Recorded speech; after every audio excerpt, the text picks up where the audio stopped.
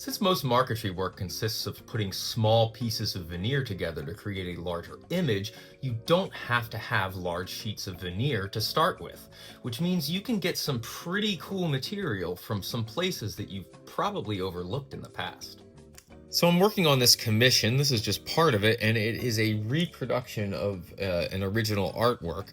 And I'm trying to find the colors that match that original artwork.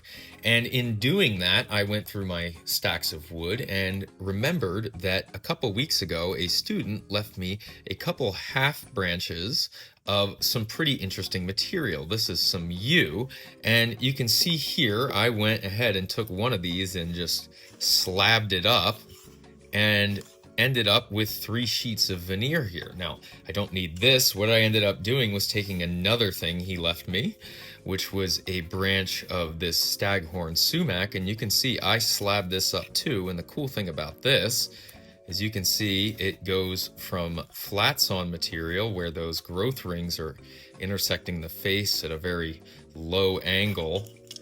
And as I go through, it gets closer and closer to completely quarter sawn. So I get a whole bunch of different looking material from one branch just by slabbing this up into pieces of 16th inch thick veneer. I'll show you how I do it.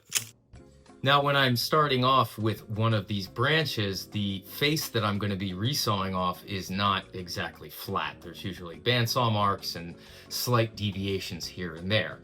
Now, if this piece were longer, I would feel okay putting it on my giant jointer, but this thing being this size, I'm not okay with that. So what I did here was just clamp it in a parallel clamp and then clamp that clamp into my vise so I can come over here with a block plane and flatten this thing like it were any other piece of wood. Now that this is flat, I can take it over to the bad bandsaw. Now with my bandsaw fence set at 1/16 of an inch, I can come over and resaw off veneers. I have to make sure that I have firm pressure against that fence, especially because there's no square edge at the bottom.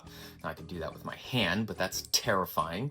I could use a push block, but the problem with the push block is it's flat and this surface is not flat. So instead, I use this thing. This is a specialized feather board for resawing made by a company called Bow Products. I paid for this. This has a rubber feather board here that conforms to whichever shape you put through it. So even though this half log is a goofy shape, I get nice firm pressure against the fence and my veneers come out perfect every single time.